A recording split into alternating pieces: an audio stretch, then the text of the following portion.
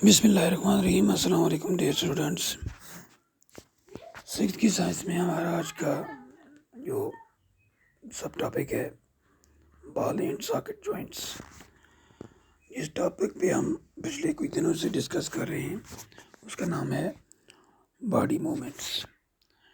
तो इस यानी पेज नंबर 71 है आपकी टेक्स्ट बुक में, वहाँ से आज शुरू करेंगे हम पढ़ना। Ball and socket joints activity 2। Roll a strip of paper into a cylinder. Make a small hole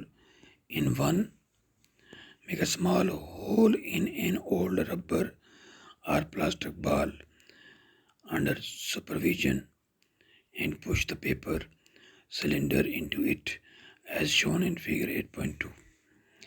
You can also stick the cylinder on the ball. Put the ball in a small bowl. Does the ball rotate freely inside the bowl? Does the paper cylinder also rotate?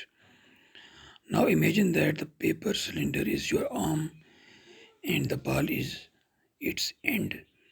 The bowl is like the part of the shoulder to which your arm is joined.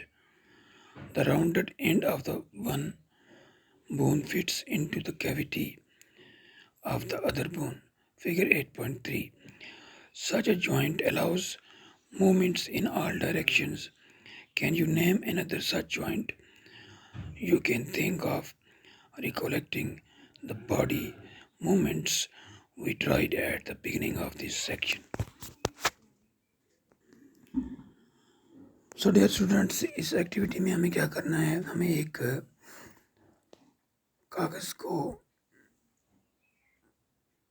कागज़ के एक टुकड़े को role करके एक cylinder बनाना है और फिर एक बॉल लाना है जो रबर का हो या प्लास्टिक का। उस बॉल में एक सुराख करना है और छोटा सा सुराख करना है और उसमें वो जो सिलेंडर है पेपर का बनाया हुआ उसमें पुश कर देना है, उसमें डाल देना है। जिस तरह यहाँ लेफ़्ट साइड में जो फिगर है 8.2 उसमें दिखाया गया है। तो हम इस जो सिलेंडर है पेपर सिलेंडर, इसको हम उसके साथ बॉल के साथ फिक्स भी कर सकते हैं, चिमटा सकते हैं। तो अब इस बॉल को हम एक बाउल में, एक बर्तन में, छोटे से बर्तन में रखेंगे। तो क्या अब आप देखें, क्या ये बॉल जो है ये बाउल के अंदर फ्रीली रोटेट कर रहा है? तो क्या वो सिलेंडर जो है वो भी रोटेट कर रहा है? तो आप देखेंगे कि वो बॉल जो है उसके अंदर रोटेट करेगा, क्योंकि वो गोल है, आसानी से रोटेट कर पाएगा। तो आप इमेजिन करें कि वो जो पेपर सिलेंडर है वो आपका बाजू है और जो बॉल है वो इसका एंड है। अब ये बाउल जो है, बाउल है शोल्डर की मिसाल, जिसमें आपकी आर्म जो है वो ज्वाइन होती है। तो ये जो राउंडेड एंड है बोन का, यानी जो हमारी आर्म होती है उसका जो एंड होता है उसकी बोन का, वो राउंडेड होता है। जिस तरह ये बॉल है वो एक कैविटी में फिट हो जाता है जो हॉलो स्पेस होती है। जिस तरह फिगर 8.3 में आप देख रहे हैं, यहाँ पर एक कैविटी बनी हुई है गोल जैसी, उसमें राउंडेड एंड ऑफ आर्म जो है वो फिक्स हो जाता है और फिर चूँकि वो गोल होता है तो इसलिए वो फ्रीली रोटेट कर सकता है। और इस किस्म के जो जॉइंट्स होते हैं इनमें जो है हर तरफ मूवमेंट्स जो है वो हो सकती है।